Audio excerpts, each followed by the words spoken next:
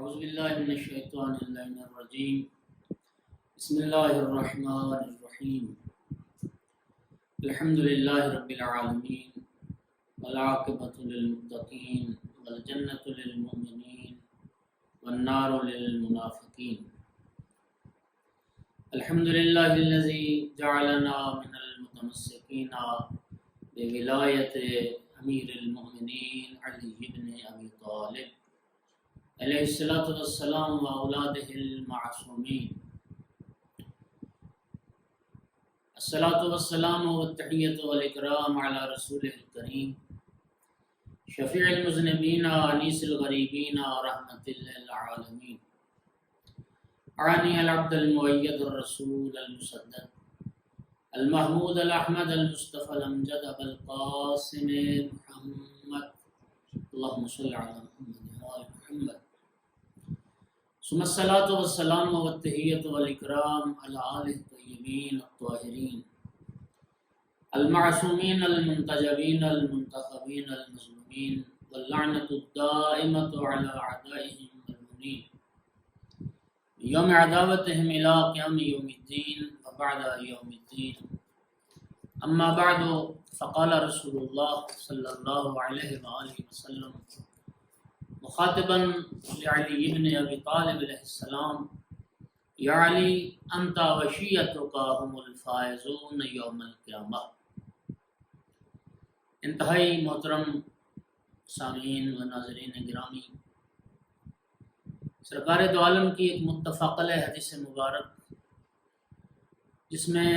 سرکار نے مولا امیر المومنین علیہ السلام کو خطاب کر کے فرمایا یا علی انت وشیتک هم الفائزون یوم القیامہ۔ یہ وہ حدیث مبارک ہے کہ جس حدیث مبارک میں سرکار دو عالم نے قیامت کے دن کامیاب ہونے والوں کا تعارف فرمایا ہے، اور مولا امیر علیہ السلام کو خطاب کر کے فرمایا یا علی انت وشیتک هم الفائزون، یا علی آپ بھی کامیاب ہیں اور آپ کی شیعہ بھی قیامت کے دن کامیاب۔ معلوم ہوا کامیاب امام امیر المؤمنین علیہ الصلاۃ والسلام اور کامیاب شیعہ بھی وہ ہیں جو مولا علی کے شیعہ ہیں، جو مولا علی علیہ السلام کے پیروکار ہیں، جو مولا علی علیہ السلام کی راہ پر چلنے والے ہیں۔ کافی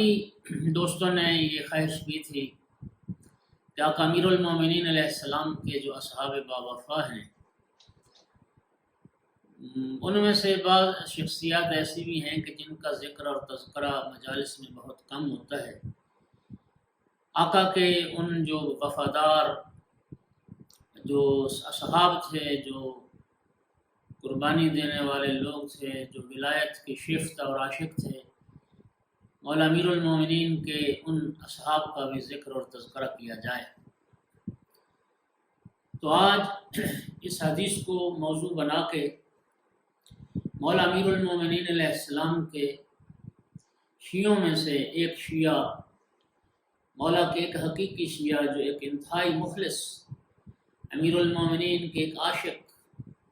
مولا امیر المومنین کے ایک فدائی اور شہدائی جو جناب قمبر کے نام سے جانے اور پہچانے جاتے ہیں، میں سمجھتا ہوں کہ جن کی عظمت کے لیے یہ ایک نسبت کافی ہے کہ جب بھی بات آتی ہے مولا علی کے غلام تو جناب قمبر کا ذکر، جناب قمبر کا تذکرہ ذہنوں میں مومنین کے موجود ہوتا ہے۔ آج مولا امیر المومنین علیہ السلام کے اسی غلام کے حوالے سے گفتگو کرنا ہے۔ غلام تو وہ مولا کے تھے، لیکن ہمارے تو وہ آقا ہیں، ہمارے تو وہ سردار ہیں۔ ہم تو شرمندہ ہوتے ہیں جب امیر المومنین علیہ السلام کے اس غلام کی شخصیت کو دیکھتے ہیں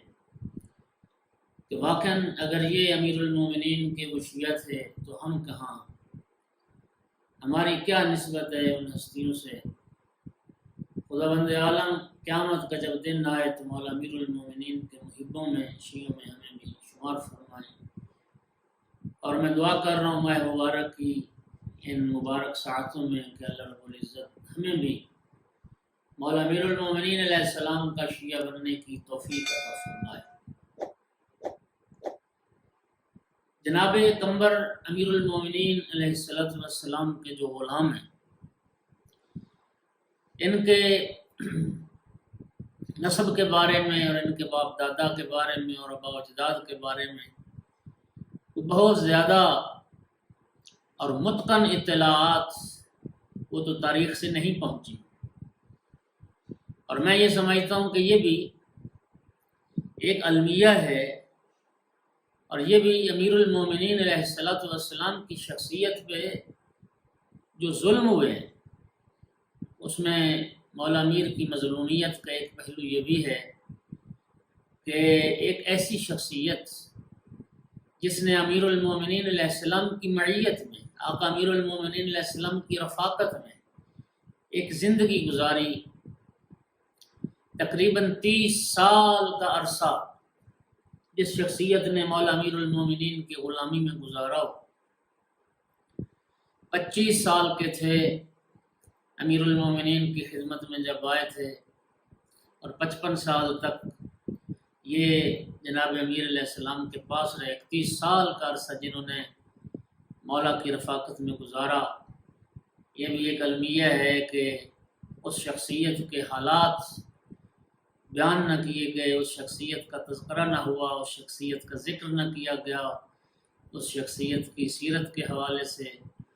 تاریخیں کما حق ہو وہ بیان نہیں کرتی ہیں، لیکن اجمالاً بعض تاریخوں سے اتنا ہی پتہ چلتا ہے کہ یہ یمن میں جو قبیلہ ہمدان تھا، بنی ہمدان، جناب قمبر اس قبیلہ ہمدان سے تعلق رکھتے تھے۔ یمن کا یہ علاقہ بڑا اہم رہا۔ فتح مکہ کے بعد جو تاریخ ہمیں یہ بتاتی ہے کہ فتح مکہ کے بعد سرکار دو عالم نے خالد بن ولید کو یمن کی طرف بھیجا تھا تاکہ اہل یمن کو اسلام کی طرف دعوت دی جائے۔ تو تقریباً 6 ماہ تک خالد بن ولید وہاں رہا، لیکن انہوں نے اسلام قبول نہ کیا۔ پھر سرکار دو عالم صلی اللہ علیہ وآلہ وسلم نے آقا امیر المومنین علیہ السلام کو یمن کی طرف روانہ فرمایا، اور جب یمن کی طرف روانہ فرمایا کہ تم جاؤ یا علی اور اہل یمن کو اسلام کی طرف دعوت دو، اسلام کی طرف بلاؤ، اور جو پہلے سے وہاں موجود ہیں ان کو واپس بھیج دو، اور اگر خالد بن ولید کے ان رفقا اور ساتھیوں میں سے کوئی آپ کے ساتھ رہنا چاہے تو اسے اپنے ساتھ رکھ لینا۔ اور سرکار نے جناب امیر سے پھر یمن والوں کے متعلق ایک تو یہ جملہ فرمایا کہ یا علی یمن والوں پر مہربان نہ رہنا، اور دوسرا ایک جملہ فرمایا یا علی لو حد اللہ تعالی بک رجلا خیر لک مما طلعت علیہ الشمس، یا علی اگر اللہ رب العزت آپ کی وجہ سے کسی ایک انسان کو بھی ہدایت کر دے اور ہدایت کے راستے پہ چلا دے، یا علی آپ کے لیے ہر اس شے سے بہتر ہے جس پر سورج کی روشنی پڑتی ہے۔ اب آپ اندازہ لگائیں کہ کس کس چیز پہ سورج کی روشنی پڑتی ہے۔ یہ سارا منظومہ شمسی صرف ایک زمین نہیں ہے، یہ سارا منظومہ شمسی اسی سورج کی وجہ سے منور اور روشن ہے۔ تو سرکار کے اس فرمان کا معنی یہ ہوا کہ کسی ایک انسان کی ہدایت کا سبب بن جانا، کسی ایک انسان کو راہ راست پہ لے آنا، جہالت سے نکال کے علم اور گمراہی سے نکال کے ہدایت کی طرف اور کفر سے نکال کے ایمان کی طرف ایک شخص کی ہدایت کا سامان بن جانا انسان کے لیے دنیا و ما فیہا سے بہتر ہے، اس کائنات سے بہتر ہے۔ مولا امیر المومنین علیہ السلام جب یمن پہنچے تو خالد بن ولید واپس آ گیا، خالد بن ولید، لیکن صحابی رسول برا بن عازب انہوں نے کہا کہ میں واپس جانے سے بہتر سمجھتا ہوں، ترجیح دیتا ہوں کہ میں مولا امیر المومنین کے ساتھ رہوں یہاں یمن میں۔ تو برا بن عازب روایت کرتے ہیں کہ آقا امیر المومنین علیہ السلام رات پہنچے، رات کو ہماری گفت و شنید ہوئی، ایک میٹنگ ہوئی، نماز فجر مولا امیر المومنین علیہ السلام نے پڑھائی اور نماز فجر کے بعد جناب امیر علیہ السلام نے یمن والوں کو دعوت اسلام دی۔ امیر المومنین علیہ السلام کی دعوت اسلام پر سب سے پہلے اس قبیلے نے لبیک کہی، وہ قبیلہ ہمدان ہے، اور پھر اس نے امیر المومنین علیہ السلام کی ایسی بیعت کی اور امیر المومنین علیہ السلام کے ایسے عاشق ہوئے اور ایسے محب بنے کہ الحمدللہ پھر زندگی بھر یہ قبیلہ ہمدان مولا امیر المومنین علیہ السلام کا، اولاد علی کا وفادار رہا، اہل بیت رسول علیہ الصلوۃ والسلام کا وفادار رہا۔ اور یہ وہ قبیلہ، جب قبیلہ ہمدان سب سے پہلے اسلام لایا اور یمن میں انہوں نے اسلام قبول کیا، تو مولا امیر المومنین علیہ السلام نے قبیلہ ہمدان کے مشرف با ایمان و اسلام ہونے کی اطلاع خط کے ذریعے سے سرکار دو عالم کو پہنچائی، اور جب مدینہ خط پہنچا مولا امیر المومنین علیہ السلام کا کہ قبیلہ ہمدان جو ہیں وہ مسلمان ہو گئے اور انہوں نے اسلام قبول کر لیا، تو سید الانبیاء اتنے خوش ہوئے کہ سرکار نے سجدہ شکر ادا کیا، اور سجدہ شکر ادا کرنے کے بعد 2 بار رسول اللہ نے فرمایا السلام علی حمدان، السلام علی حمدان، کہ اس قبیلہ ہمدان پر سلامتی ہو، اس قبیلہ ہمدان کو ہمارا سلام ہو۔ اور یہ اتنے مولا امیر علیہ السلام کے وفادار تھے کہ ان شخصیات نے زندگی بھر اس راہ ولایت پہ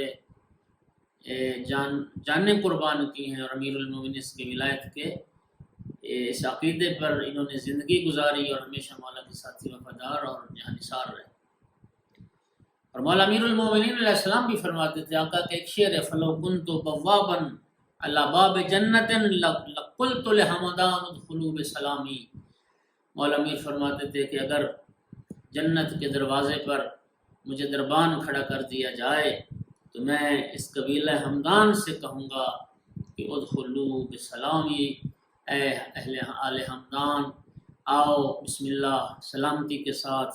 تم جنت میں داخل ہو جاؤ اور میں انہیں جنت عطا کروں گا۔ سامعین گرامی، یہ وہ وفادار قبیلہ تھا کہ امیر المومنین علیہ السلام کے ساتھ جو جنگوں میں بھی شریک رہے، جنگ جمل میں، جنگ صفین میں 25,000 افراد جنہوں نے جام شہادت نوش کیا ہے، ان میں ایک بہت بڑی تعداد اسی قبیلہ ہمدان کی تھی جو یمن کے رہنے والے تھے اور جنہوں نے اپنی جانیں قربان کی۔ اور ان یمنیوں میں معروف چہرے تھے، مالک اشتر جیسی شخصیات، عمار یاسر جیسے، ویس کرنی جیسے۔ اور جب مولا امیر المومنین علیہ السلام نے دعوت دی یمن والوں کو اسلام کی طرف، قبیلہ ہمدان سب سے پہلے اسلام لایا، تو سب سے پہلے ایک مولا کی کنیز، ایک وفادار، ایک معرفت والی خاتون ام سعید برزخیہ، جس کا تاریخ نے نام لکھا، اس نے پھر اپنا جو گھر تھا وہ مسجد کے لیے وقف کر دیا، اور اس مسجد کا نام مولا امیر المومنین علیہ السلام کے نام پہ مسجد علی رکھا گیا، اور وہ مسجد آج بھی یمن کے شہر صنعاء میں موجود ہے، اور جامع امیر المومنین علی ابن ابی طالب کے نام سے بڑی معروف اور بڑی عظیم الشان مسجد ہے۔ یہ مسجد اسی قبیلہ ہمدان کی خاتون نے بنوائی تھی اور اس کی بنیاد رکھی تھی۔ قبیلہ ہمدان کے بعد پھر دوسرے قبائل، جن میں قبیلہ مزہج، جن کے سردار اور جس قبیلے کی ایک معروف شخصیت مالک اشتر تھے، پھر یہ قبیلہ مزہج جو تھا، معذرت چاہتا ہوں، قبیلہ مزہج ہم قبیلہ ہمدان کے بعد مسلمان ہوئے، اور جناب ہانی ابن عروہ جنہوں نے امام حسین علیہ السلام کی راہ میں اپنی جان قربان کی، اور مسجد کوفہ میں 7 متصل جن کی قبر مبارک ہے، اور یہ صحابی رسول ہونے کا بھی شرف حاصل تھا، تو یہ ہانی ابن عروہ یہ قبیلہ جو ہے اسلام لایا۔ اور قبیلہ مزہج کے بعد قبیلہ بنی نخ، مالک اشتر جس قبیلے کے سردار تھے، رئیس تھے، پھر یہ قبیلہ جو ہے اسلام لایا، اور یہ وہ مولا کے وفادار اور عاشق تھے خاندان اہل بیت عطرت و طہارت کے، کہ یہ پھر لوگ مولا امیر المومنین علیہ السلام کی خلافت کا جب دور آیا ہے تو جب آقا کوفہ تشریف لے آئے تو یہ قبائل بھی کوفہ آ گئے تھے، بلکہ اس سے پہلے کوفہ آ گئے تھے۔ تو آج بھی شیعیان عراق میں بہت سارے شیعہ جو قبائل ہیں عراق کے، وہ ہیں کہ جن کی بنیاد اور جن کے آبا و اجداد جو تھے وہ یمن سے ہی آئے تھے۔ آج بھی شیعیان عراق میں ایک کثیر تعداد انہی افراد کی ہے۔ پھر یہ یمنی لوگ امام حسن امام حسین علیہ السلام کے وفادار رہے، اور میں عرض کروں اپنے محترم سامعین کی خدمت میں کہ واقعہ کربلا میں شہیدان کربلا میں 34 افراد وہ خوش نصیب ہیں جنہوں نے امام حسین علیہ السلام پر جانیں قربان کی ہیں، اور وہ سب یمن کے رہنے والے تھے اور قبیلہ ہمدان سے تعلق رکھنے والے تھے۔ اور پھر واقعہ کربلا کے بعد توابین کی جو تحریک شروع ہوئی تو توابین کی تحریک کے بانی بھی یہی یمنی حضرات تھے۔ مولا امیر المومنین علیہ السلام نے سید الانبیاء صلی اللہ علیہ وآلہ وسلم سے ایک حدیث مبارک کو نقل کیا کہ رسول اللہ فرماتے تھے کہ جس نے اہل یمن سے محبت کی اس نے مجھ سے محبت کی، اور جس نے اہل یمن سے دشمنی کی اس نے مجھ سے دشمنی کی۔ خدا ان لوگوں کو برباد کرے جو یمنیوں کو برباد کر رہے ہیں، اور کتنے عرصے سے یہ جنگ ہو رہی ہے اور بے گناہ لوگ مارے جا رہے ہیں۔ خدا ظالم کی رسی کو قطع فرمائے اور ظالموں کو مزید ڈھیل نہ دے۔ اللہ یمن کے مظلوموں کی نصرت فرمائے، اللہ ان یمن کے مظلوموں کا حامی و ناصر بنے۔ جناب قمبر مولا امیر المومنین علیہ السلام کے صحابی تھے، لیکن ان کا شمار تابعین میں ہوتا ہے، یعنی صحابہ کے بعد جن شخصیات کا دور آتا ہے تابعین کا، جناب قمبر ان لوگوں میں شامل تھے۔ اور امیر المومنین علیہ السلام کے وفاداروں کی جو ایک خاص جماعت تھی جن میں تابعین کے جو نام آتے ہیں، جناب اویس قرنی، جناب عمرو بن حمق خزائی، جناب میثم تمار، جناب کمیل بن زیاد نخعی، جناب حبیب بن مظاہر، جناب مالک اشتر، تو اس صف میں شمار ہوتا ہے جناب قمبر۔ میں سمجھتا ہوں کہ یہ وہ شخصیت ہے رضوان اللہ تعالی علیہ، اللہ کے درود السلام ہوں اس شخصیت پر، کہ یہ ان مقربان بارگاہ امیر المومنین علیہ السلام میں سے یہ شخصیات ہے۔ جناب قمبر وہ شخصیت تھی جنہوں نے اپنی ساری زندگی مولا امیر کے لیے وقف کر رکھی تھی، جنہوں نے اپنا ظاہر و باطن مولا امیر کے لیے وقف کر رکھا تھا۔ ایسا ایمان، ایسا عشق، ایسی ارادت امیر المومنین کے لیے جو کم ہونے والی نہ تھی۔ اور پھر اسی عشق امیر المومنین، اسی ولایت امیر المومنین کے جرم میں، اسی راہ محبت و ولایت علی علیہ السلام میں پھر انہوں نے اپنی جان قربان کی اور رتبہ شہادت کو حاصل کیا۔ مولا امیر المومنین کے ساتھ رہے، ہر جگہ موجود رہے، ہر وقت ان کے ساتھ رہے، زندگی کے تمام پہلوؤں میں مولا امیر کے ساتھ تھے۔ اجتماعی سیاسی میدان ہو یا خانوادگی کے مسائل، جنگ کا میدان ہو یا صلح کا قضاوت کے مسائل ہوں، تو جناب قمبر مولا کے ہمیشہ ساتھ رہے۔ اور امیر المومنین علیہ السلام اپنی زندگی میں بہت سارے معاملات میں جناب قمبر پر انحصار کرتے تھے، انہیں مامور فرماتے تھے، انہیں حکم دیتے تھے، اور بہت سارے کام وہ تھے جو جناب قمبر بجا لایا کرتے تھے۔ جناب قمبر خدا کے درود السلام ہوں اس ہستی پر، یہ وہ شخصیت ہے جس نے 3 معصومین کی صحبت میں وقت گزارا، 3 معصومین کی خدمت اور صحابیت کا شرف انہیں حاصل ہوا، اور 4تھے معصوم کا زمانہ انہوں نے پایا، لیکن اس زمانے کی عموی مظالم اور ان کے سیاسی جو حالات تھے اس کی وجہ سے یہ 4تھے معصوم امام زین العابدین علیہ السلام کی خدمت کا شرف تو نہ پا سکے، لیکن اس زمانے کو ضرور درک کیا۔ مولا امیر المومنین علیہ السلام کے بعد امام حسن مجتبیٰ علیہ السلام کی خدمت میں رہے، اور امام حسن مجتبیٰ علیہ السلام کے ساتھ امام حسین علیہ السلام کی صحبت میں بھی رہے، اور امام حسین کے زمانے کو بھی انہوں نے درک دیا۔ جناب قمبر دشمنان اہل بیت ان کی نگاہ میں ایک کانٹا کی سی حیثیت رکھتے تھے، اور دشمنان اہل بیت علیہ السلام کے حسد و بغض و کینے کا یہ شکار رہے۔ معرفت اور ولایت میں سابقین میں سے تھے، مطیع اور فرما بردار تھے مولا کے۔ اور میں سمجھتا ہوں یہ جو عشق تھا، یہ عشق یک طرفہ نہیں تھا، یہ عشق طرفینی عشق تھا۔ یہ امیر المومنین سے عشق و محبت فرماتے تھے۔ مولا امیر المومنین علیہ السلام بھی قمبر سے بے پناہ محبت اور پیار فرماتے تھے۔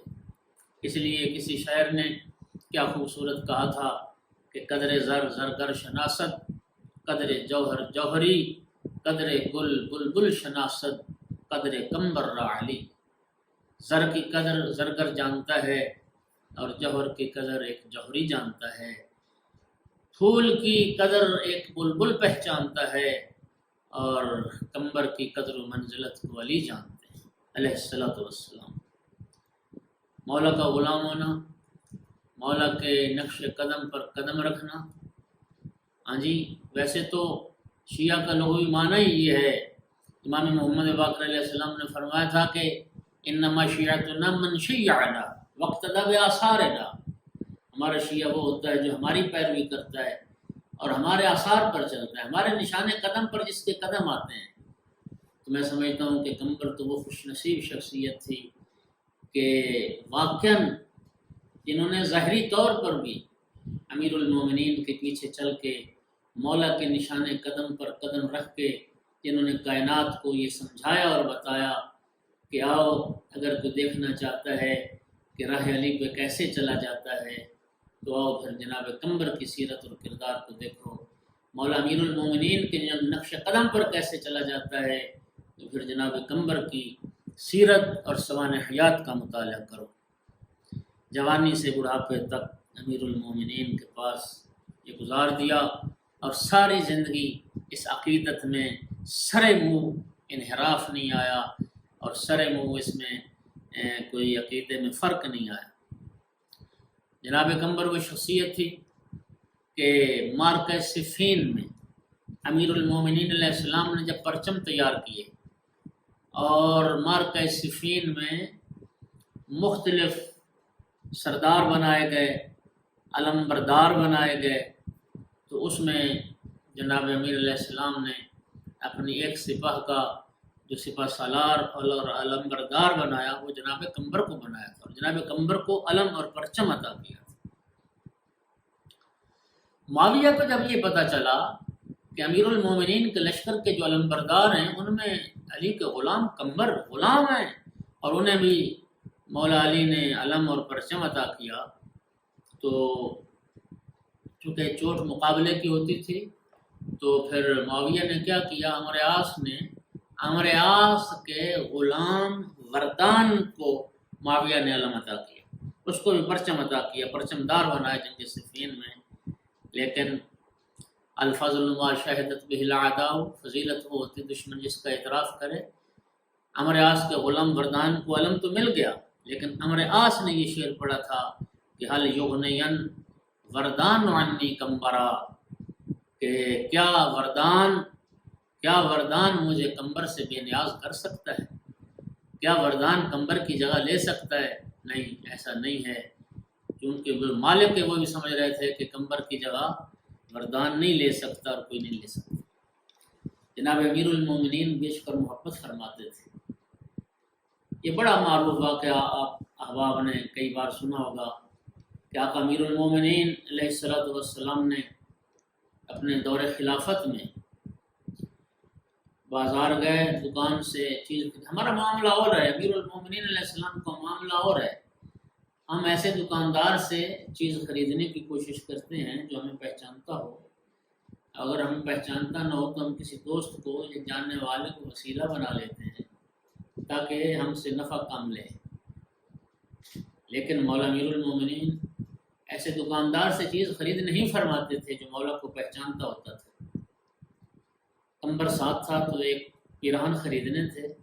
ایک دکان پہ آئے تو دکاندار کہتے ہیں یا امیر المومنین بیٹھیے۔ مولا نے فرمایا کمبر یہ تو ہمیں پہچانتا ہے، ہم یہاں سے یہ چیز نہیں لیں گے۔ کیوں نہیں لیں گے؟ صرف اس لیے کہ ممکن ہے وہ شخص دکاندار جو عام لوگوں سے نفع حاصل کرتا ہو، وقت کا حاکم سمجھ کر مجھ سے وہ نفع نہ لے۔ تو ایک دوسری دکان پہ تشریف لے گئے، وہ دکاندار کہتا ہے یا شیخ بیٹھیے، تو حضرت سمجھ گیا کہ یہ مجھے پہچانتا نہیں۔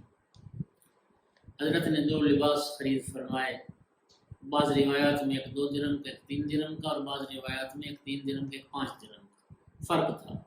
ایک لباس ذرا اچھا تھا 5 درہم کا، ایک ذرا اس سے ہلکا تھا وہ 3 درہم کا تھا۔ آقا امیر المومنین علیہ السلام نے وہ جو 5 درہم والا جو اچھا پیرہن تھا وہ کمبر کو عطا کیا، اور جو معمولی قیمت والا تھا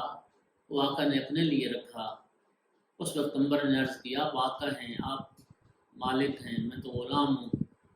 آپ خطبات ارشاد فرماتے ہیں، آپ ریاست اسلامی کے حکمران ہیں، آپ جمعہ کے خطبات بھی دیتے ہیں،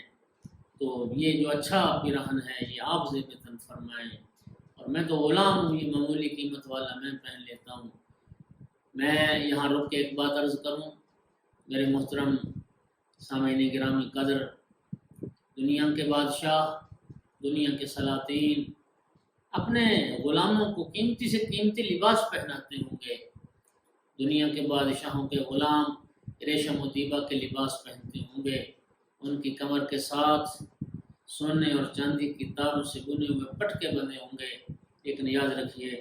دنیا کے بادشاہ اپنے غلاموں کو قیمتی سے قیمتی لباس پہنا کر بھی ان کے احساس غلامی کو ختم نہیں کرتے، بلکہ ان کے احساس غلامی کو اور بڑھا دیتے ہیں کہ تم ہمارے غلام ہو لہذا تمہارا لباس ایسا ہو۔ لیکن جناب کمبر نے جب عرض کی نا کہ آپ آقا ہیں، میں غلام ہوں، آپ ذرا اچھا یہ جو لباس ہے جو آپ سے وطن فرمائیں، تو مولا امیر المومنین علیہ السلام نے ایک ایسا جواب ارشاد فرمایا کہ جس سے کمبر کے احساس غلامی کو دور کر دیا۔ مولا نے فرمایا کمبر تو جوان ہے، میں ضعیف ہوں، جوان کو خوبصورت لباس زیادہ اچھا لگتا ہے، میں اب بوڑھا ہو چکا ہوں، میرے لیے معمولی لباس کافی۔ پھر ایک دن یہی جناب کمبر مسجد کوفہ کی طرف جا رہے تھے، اور راستے میں کیا دیکھتے ہیں اب کہ ایک شخص کے نا قرآن پڑھنے کی آواز آ رہی ہے۔ اب گھر سے آ رہی ہے، ایک روایت میں ہے کہ مسجد کوفہ میں پہنچ گئے، ایک شخص نماز پڑھ رہا ہے، نماز میں قرآن پڑھ رہا ہے،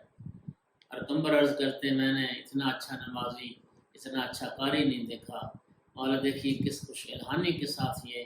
نماز پڑھ رہا ہے۔ تو جناب امیر المومنین علیہ السلام نے فرمایا کمبر یاد رکھو کہ ہماری ولایت کے بغیر عبادات کسی کی کوئی ارزش اور اہمیت نہیں رکھتی ہیں۔ اگر 1000 سال بھی کوئی عبادت کرے اور ہماری ولایت سے بے بہرا ہے تو ذرہ برابر بھی اس کی عبادت کی کوئی اہمیت اور حیثیت نہیں ہے۔ اس لیے معصوم کی حدیث ہے لا يقبل عمل الا بولایت، اور امام صاحب العصر علیہ السلام کے زیارت نامے میں جملہ ہے اشہد ان بولایتک تقبل الاعمال، میں گواہی دیتا ہوں کہ اعمال تو آپ کی ولایت کے صدقے میں قبول ہوتے ہیں۔ مولا نے بھی یہی فرمایا کہ اگر ہماری یہ ولایت کا عقیدہ نہیں رکھتا، ہمارے حق سے آشنا نہیں ہے، اگر ہمارے حق کی بصیرت نہیں رکھتا، ہمارے مکتب کا اگر یہ پیروکار نہیں ہے، تو پھر اس کی نہ تلاوت اس کو کوئی فائدہ دے سکتی ہے، نہ اس کی نماز اس کو کوئی فائدہ پہنچا سکتی ہے۔ اور پھر واقعاً ہوا بھی یہی کہ پھر جنگ نہروان میں کمبر بھی ساتھ تھے مولا امیر المومنین کے، اور جب خوارج کی لاشوں کے قریب سے حضرت گزر رہے تھے، ایک لاش پہ رک کے جناب کمبر کی طرف اشارہ کیا، کمبر دیکھو پہچانو یہ وہی شخص ہے جس کی عبادت اور جس کی تلاوت نے تمہیں حیرت میں ڈال دیا تھا، اور میں نے تمہیں کہا تھا کہ جو ہماری ولایت سے بے بہرا ہے اور جو امیر المومنین سے دشمنی کرنے والا ہے، نہ اس کا قرآن اس کو کوئی فائدہ پہنچائے گا اور نہ اس کی عبادات اور نمازیں اس کو کوئی فائدہ پہنچائیں۔ خوش نصیب ہیں وہ لوگ جو مولا امیر المومنین علیہ السلام اور اولاد امیر المومنین میں سے باقی ائمہ کی امامت و ولایت کا عقیدہ رکھنے والے ہیں۔ اللہ سے دعا کرتے ہیں اللہ ہمیں محمد و آل محمد علیہ السلام کی معرفت اور اس ولایت پہ ثابت قدمی عطا فرما، استقامت عطا فرما، ہمارا جینا مرنا اسی راہ پہ قرار دے۔ اس کے بعد جناب امیر المومنین علیہ السلام نے جناب قمبر سے فرمایا، یہ وہ حدیث ہے جسے بشارت المصطفیٰ لشیعۃ المرتضیٰ میں اور دیگر بہت ساری کتابوں میں لکھا گیا۔ جناب قمبر سے فرمایا، یا قمبر ابشر و بشر واستبشر، اے قمبر تمہیں بشارت ہو، تمہیں یہ خوشخبری سناتا ہوں، اور یہ خوشخبری تم آگے مومنین کو لوگوں کو سنا دو اور خوش ہو جاؤ کہ فلقد مات رسول اللہ صلی اللہ علیہ وآلہ وسلم وہو علی امتہ ساخط۔ مولا امیر فرما رہے قمبر جب سرکار دو عالم کی رحلت ہوئی تھی تو سرکار اپنی امت سے ناراض گئے تھے، الا الشیعہ، لیکن میرے شیعوں سے رسول اللہ راضی دنیا سے گئے۔ پھر فرمایا اے قمبر الا وان لکل شیء عروۃ، عروۃ الاسلام الشیعہ، اے قمبر ہر شے کی کوئی نہ کوئی تکیہ گاہ، کوئی نہ کوئی تھامنے کا سہارا عروہ ہوتا ہے۔ اسلام کا عروہ، اسلام کی تکیہ گاہ وہ شیعہ ہے۔ الا ولکل شیء دعامۃ ودعامۃ الاسلام الشیعہ، ہر شے کا کوئی نہ کوئی ستون ہوتا ہے، فرمایا اسلام کا ستون کہ جس کے صدقے اسلام قائم ہے وہ شیعہ ہے۔ الا وان لکل شیء شرفا الشرف الاسلام الشیعہ، ہر شے کا کوئی نہ کوئی شرف ہوتا ہے، اسلام کا شرف شیعہ۔ الا وان لکل شیء سیدا والسید المجالس مجالس الشیعہ، قمبر ہر شے کا کوئی نہ کوئی سردار ہوتا ہے، مجالس کا بھی ایک سردار ہے، اور مجالس کا سردار کیا ہے؟ فرمایا جو شیعہ کی مجالس ہیں وہ سب مجالس کے سردار ہیں۔ الا وان لکل شیء اماما وامام الارض ارض یسکنها الشیعہ، فرمایا قمبر ہر شے کا کوئی نہ کوئی امام ہوتا ہے، زمینوں کا امام وہ زمین ہے جس زمین پہ ہمارے شیعہ آباد ہیں۔ اور یہ جملہ حیران کر دیا، آقا نے فرمایا واللہ لولا ما فی الارض منکم لما انعم اللہ علی اہل خلافکم۔ مولانا نے فرمایا اے قمبر اگر تم شیعوں میں سے کوئی ایک بھی اگر اس زمین میں موجود نہ ہوتا، اللہ کبھی ہمارے دشمنوں پہ انعامات نہ کرتا، اللہ کبھی تمہارے مخالفین کو نعمتوں سے نہ نوازتا، ولا صاب الطیبات مالہم فی الدنیا، اور دنیا میں وہ نعمتیں ان کو کبھی حاصل نہ ہوتی۔ یہ اللہ اگر تمہارے دشمنوں کو بھی نواز رہا ہے تو بھی شیعان اہل بیت کے صدقے میں۔ اس کے بعد مولا امیر المومنین علیہ السلام اور جناب قمبر کی زندگی کا وہ اہم واقعہ بھی ہماری نگاہوں میں آتا ہے کہ ایک دن جناب قمبر نے آقا کو آ کے خبر دی کہ آقا باہر 10 افراد آئے ہیں جو آپ سے ملنے کی خواہش رکھتے ہیں، اور 10 کے 10 لوگ جو یہ عقیدہ رکھتے ہیں کہ آپ خدا ہیں، آپ ان کے خالق و رازق و مالک۔ مولانا فرمایا ان کو بلاؤ۔ وہ 10 افراد جب آئے تو کہا کہ ہم یہ عقیدہ رکھتے ہیں، آپ کون ہیں؟ کہا ہمارا یہ عقیدہ ہے کہ آپ ہمارے خدا ہیں، آپ ہمارے رازق ہیں، آپ ہمارے خالق ہیں۔ فرمایا یہ بات نہ کرو، میں تمہاری طرح مخلوق خدا ہوں، میں خدا نہیں ہوں۔ انہوں نے پھر اپنی بات پہ اصرار کیا، نہیں آپ ہمارے رازق بھی ہیں، آپ ہمارے خالق بھی ہیں، مالک بھی ہیں۔ سرکار نے فرمایا اس عقیدے سے توبہ کرو، انحراف سے باز آ جاؤ، میں تمہارا خدا نہیں، اللہ میرا بھی خدا ہے اور اللہ تمہارا بھی خدا ہے۔ وہ کہنے لگے ہم اس عقیدے سے سر منہ انحراف نہیں کریں گے، ہم اس عقیدے سے توبہ نہیں کریں گے، آپ بھی خدا ہیں۔ پھر حضرت نے ایک بہت بڑا گڑھا کھودنے کا حکم دیا اور جناب قمبر سے فرمایا کہ بہت بڑا گڑھا کھودا جائے، اس میں لکڑیاں جمع کی جائیں اور انہیں آگ لگائی جائے، اور جب وہ آگ جلنے لگ گئی اور گڑھا آگ سے پر ہو گیا، مولانا نے فرمایا میں تمہیں پھر موقع دے رہا ہوں کہ اپنے اس مشرکانہ عقیدے سے توبہ کرو، میں خدا نہیں ہوں، میں عبد خدا ہوں۔ تو وہ اپنے عقیدے سے جب باز نہ آئے تو پھر مولانا نے حکم دیا کہ انہیں اس جلتی آگ میں ڈال دیا جائے۔ معلوم ہوا کہ دین اسلام تشیع میں نصیریت کی گنجائش نہیں ہے۔ علی کو اللہ کہنے والے مشرک اور نصیری ہوتے ہیں، علی ولی اللہ پڑھنے والے یہ علی کے شیعہ ہوتے ہیں۔ رسول اللہ کے بعد پہلا امام، حجت خدا، خلیفہ برحق اور خلیفہ بلا فصل رسول اللہ کا ماننے والے وہ شیعہ ہوتے ہیں، علی ولی اللہ پڑھنے والے شیعہ ہوتے ہیں۔ اس کے بعد پھر اب میرے مولا نے پھر یہ شعر پڑھا، انی اذا بصرت الشیء منکرا اوقدت ناری ودعوت کمبرا، کہ جب بھی میں کسی غیر پسندیدہ چیز کو دیکھتا ہوں تو پھر میں آگ روشن کرتا ہوں، ودعوت کمبرا، اور اس موقع پھر میں کمبر کو بلایا کرتا ہوں۔ امیر المومنین علیہ السلام امام عادل تھے، ان کی عدالت کا ایک بڑا اہم واقعہ کہ ایک مجرم پر جب حد جاری کرنے کا فیصلہ مولا امیر المومنین علیہ السلام نے سنایا تو کمبر سے فرمایا کہ اس کو تازیانے مارے جائیں، اس کو کوڑے مارے جائیں۔ تو اشتباہاً 3 تازیانے جو تھے وہ زیادہ لگ گئے جناب کمبر سے اس مجرم کو۔ یہ امیر المومنین کی عدالت تھی، فرمایا اس شخص سے فرمایا کہ وہ 3 تازیانے 3 کوڑے جو تمہیں زیادہ لگے ہیں اب وہی 3 کوڑے کمبر کو مارے جائیں تاکہ حقوق بندگان پر کوئی تجاوز نہ ہو۔ مولا امیر المومنین علیہ السلام کی پھر شہادت ہو گئی۔ مولا امیر المومنین علیہ السلام کی شہادت کے بعد 10 سال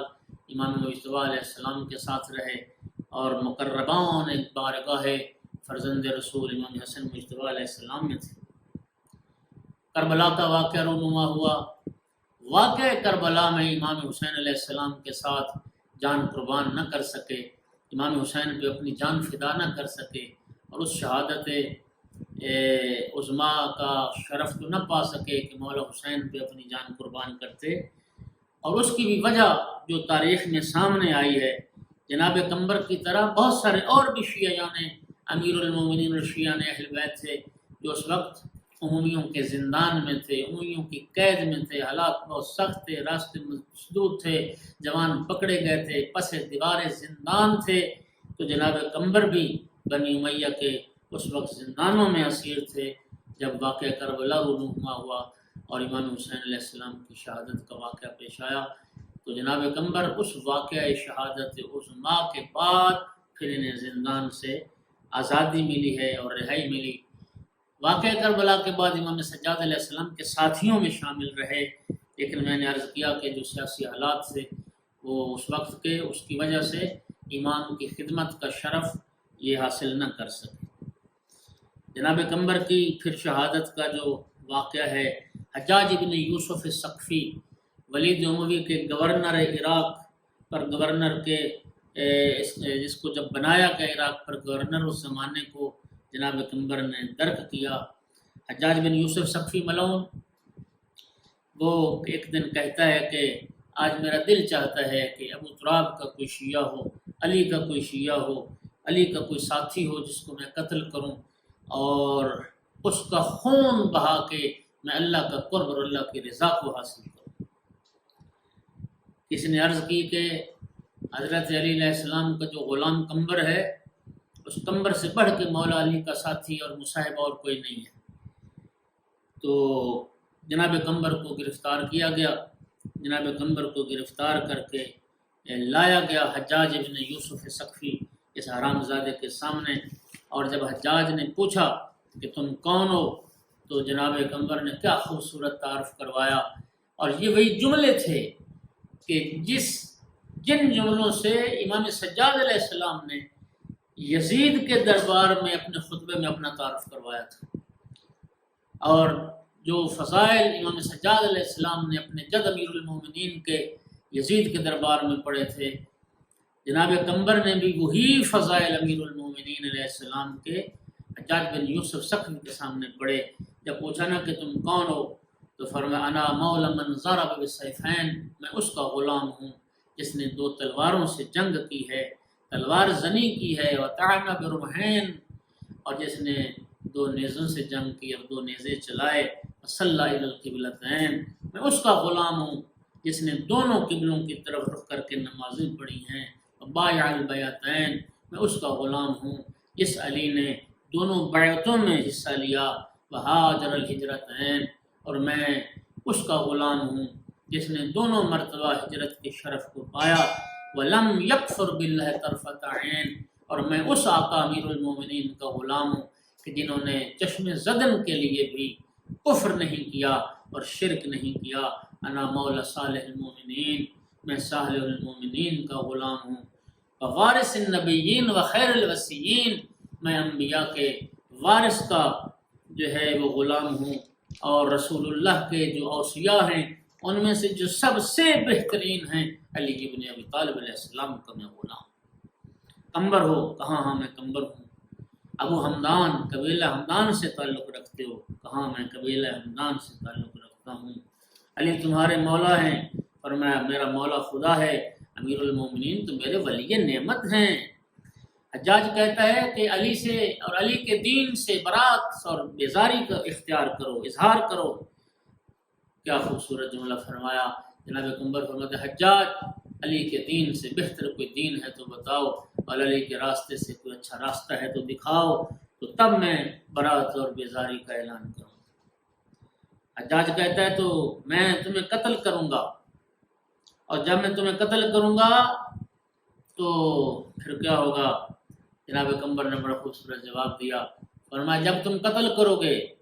میں خوشبخت ہو جاؤں گا، شہادت کا مرتبہ پا لوں گا، اور تم بدبخت ہو جاؤ گے، بد نصیب ہو جاؤ گے۔ پھر حجاج کہتا ہے کہ قمبر ایسا مرنا تم پسند کرتے ہو، کس طرح سے تمہیں قتل کروں؟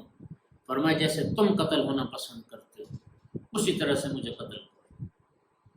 اس لیے کہ قیامت کا جب دن آئے گا تو میرے قتل کا بدلہ تم سے لیا جائے گا، تم مجھے ویسے ہی قتل کرو جیسے تم خود قتل ہونا پسند کرتے ہو۔ اس کے بعد جناب قمبر نے فرمایا حجاج میرے آقا و مولا نے مجھے یہ خبر دی تھی کہ قمبر میری محبت الفت میں تمہارا سر قلم کیا جائے گا، تمہارا سر کاٹا جائے گا۔ حجاج نے پھر حکم دیا کہ قمبر کی گردن اڑا دی جائے اور قمبر کا سر کاٹ دیا جائے،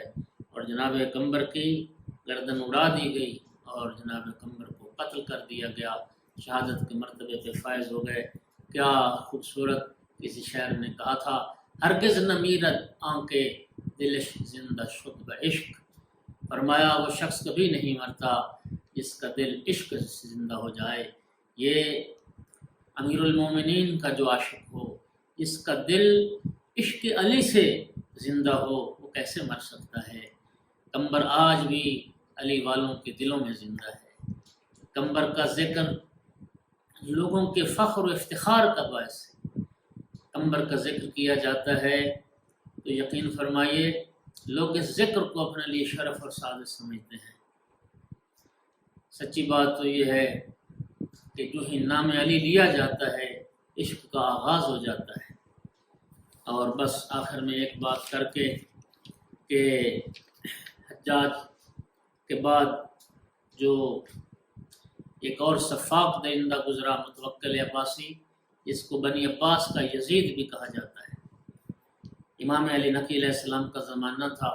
اس متوکل عباسی ملعون نے اپنے بیٹوں کا استاد مقرر کیا تھا ابن سکیت کو۔ ابن سکیت امام علی نقی علیہ السلام کے زمانے میں یہ وہ معروف شیعہ امیر المومنین تھا، انتہائی عالم فاضل شخصیت، بہت بڑا صاحب علم، اپنے زمانے کے ایک نابغہ ہستی تھی۔ تو متوکل نے اپنے بیٹوں کا استاد اس کو مقرر کیا۔ آہستہ آہستہ لوگوں نے یہ متوکل کے کان بھرنا شروع کر دیے کہ جس شخصیت کو تو نے اپنے بیٹوں کا استاد بنایا ہے وہ تو علی کا شیعہ ہے، وہ تو امیر المومنین سے محبت کرتا ہے۔ بس متوکل بھی انتظار میں تھا کہ کوئی وقت آئے تو اس بات کو آزمایا جائے اور اس کی تحقیق کی جائے۔ ایک دن سر دربار متوکل کے بیٹوں کا امتحان لیا گیا تو متوکل کے بیٹے کامیاب ہوئے۔ متوکل ملعون کو بہت خوش ہوا۔ ابن سکیت موجود تھا تو شراب کے دور چل رہے تھے، نشے میں مست ہو کے پوچھتا ابن سکیت یہ بتاؤ کہ تمہاری نگاہ میں میرے یہ دو بیٹے زیادہ محترم اور عزیز ہیں یا علی کے بیٹے حسن اور حسین علیہ السلام؟ بس یہ ہوتا ہے وہ قربانی کا موقع، خدا جانتا یہ سننا تھا کہ متوکل کی جرت اتنی بڑھ گئی کہ اپنے بیٹوں کا مقایسہ کر رہے فرزندان رسول کے ساتھ، ابن سکیت کا خون کھولنے لگ گیا، اور پھر اس نے پرواہ نہیں کی کہ نتیجہ کیا ہوگا، انجام کیا ہوگا۔ اس نے بڑی جرأت سے اس وقت کہا تھا ابن سکیت نے کہ متوکل تو خود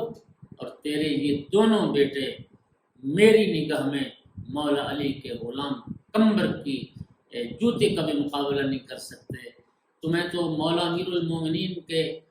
غلام قمبر کے ساتھ بھی تمہارا قیاس نہیں کیا جا سکتا، چہ جائے کہ تو اپنے بیٹوں کا قیاس کرے۔ سبتین رسول الحسن والحسین جو سیدہ شباب اہل جنہ ہیں،